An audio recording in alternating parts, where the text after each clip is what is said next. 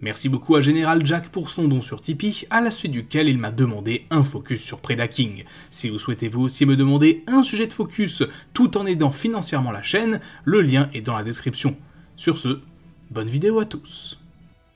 Il est tantôt le nom d'un combiner Decepticon, tantôt un dragon surpuissant, bref, le personnage dont nous allons parler aujourd'hui inspire la terreur et respire la puissance. En effet, on parle de Predaking.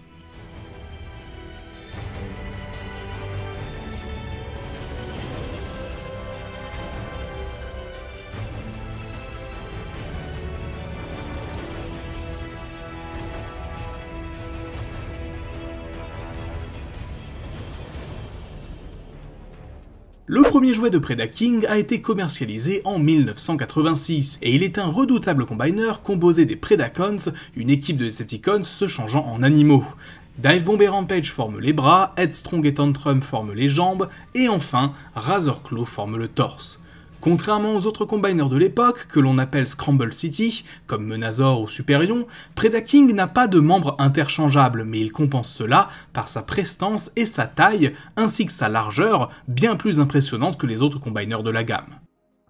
Dans la série, Predaking apparaît à partir des épisodes de Five Faces of Darkness dans la saison 3. Je précise au passage que ce focus sera bien dédié uniquement à Predaking et pas aux Predacons de façon générale, ça ce sera le sujet d'une autre vidéo. Les Predacons étaient alors chargés de retenir sur la lune de Jupiter les Autobots ainsi que Marissa Fairborn. Ils se combinèrent alors en Predaking, mais Skylink se battra ce dernier, marquant le début d'une rivalité entre le groupe et celui-ci.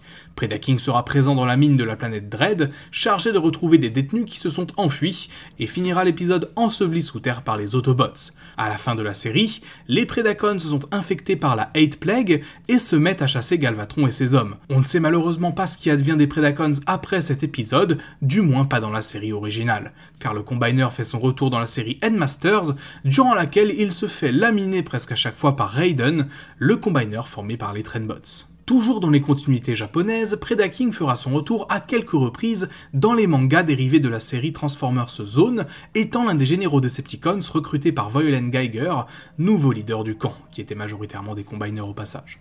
Dans les comics Marvel, Predaking a malheureusement très peu d'importance. Dans les comics anglais, il est déployé afin de traquer Optimus Prime, et dans la continuité principale aux États-Unis, il est envoyé par Shockwave afin d'altérer la santé mentale de Megatron, et Megatron à la fin lui tire dans le torse, le tuant par la même occasion. Yes. Dans les années 90, malgré l'arrivée de Beast Wars et des Predacons en tant qu'antagonistes principaux, même si ces derniers n'ont que le nom en commun avec les combiners originaux, Predaking ne sera ni réutilisé ni réinventé. C'est au début des années 2000 que Predaking fera son retour dans les comics Dreamwave. Après que Starscream se soit emparé du pouvoir, Megatron alla trouver les Predacons, ici exilés de Cybertron il y a bien longtemps.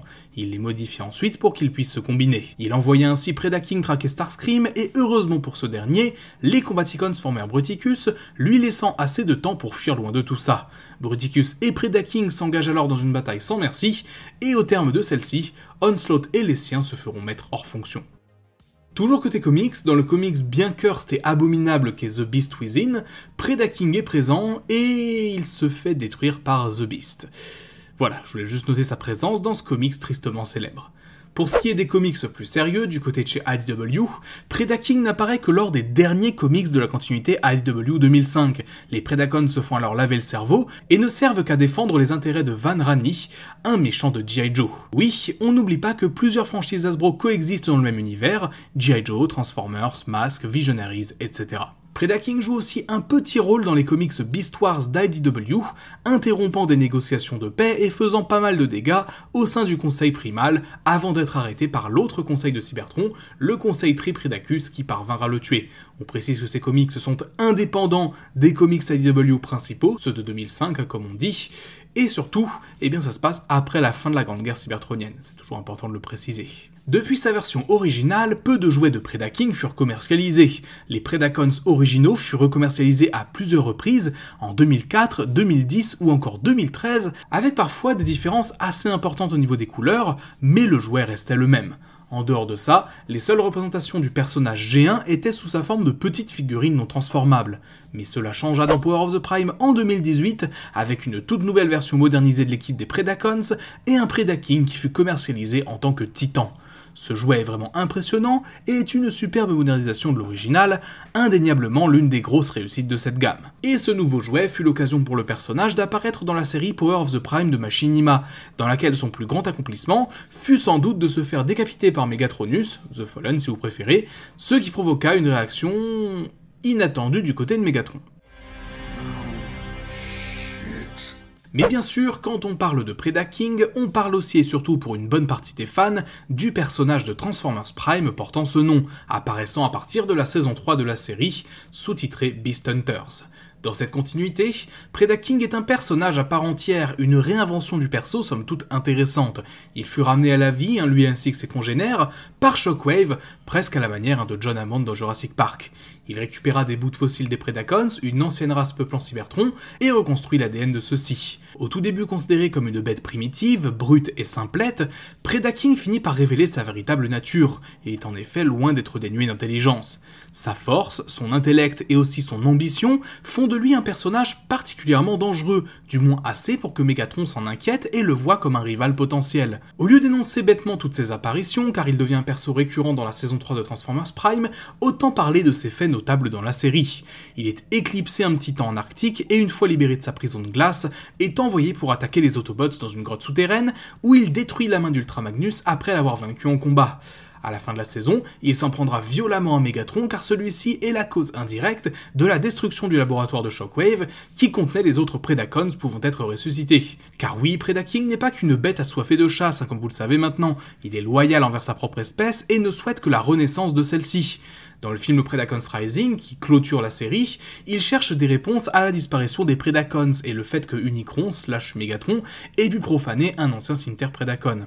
À la fin du film, il s'allie avec les Autobots afin de détruire les Predacons morts-vivants et s'en prendra à Starscream qui s'apprêtait à prendre le trône de Megatron. On notera d'ailleurs que dans ce long métrage, 2 autres Predacons le rejoignent, Darksteel et Skylynx, petite référence assez sympa à la G1 d'ailleurs. On ne sait cependant pas ce qu'il devient ensuite, alors oui, dans Robots in Disguise, on apprend que les Predacons ont confronté Starscream, cependant on ne voit que la mort de Skylynx et Darksteel, donc c'est assez ambigu. Et c'est ma foi fort dommage, car c'est un personnage dans cette continuité qui avait pas mal de potentiel. On a juste l'impression que le traitement du perso à la fin est un peu expéditif, alors que tout au long de la saison 3 de Transformers Prime, on nous le construit comme une menace insurmontable. Du côté des jouets, ce Predaking fut l'argument de vente principal de la gamme de jouets Beast Hunters en 2013, s'intégrant au générique de la série et recevant un grand nombre de jouets, du plus petit format, au format Cyberverse, au plus grand au format Ultimate. Le personnage apparaîtra même au Japon dans la série Transformers Go, une sorte de spin-off chelou de Transformers Prime, dans laquelle il prend des couleurs rouges ainsi que le nom Dragotron, même s'il semble bel et bien être le même personnage que dans la série de base.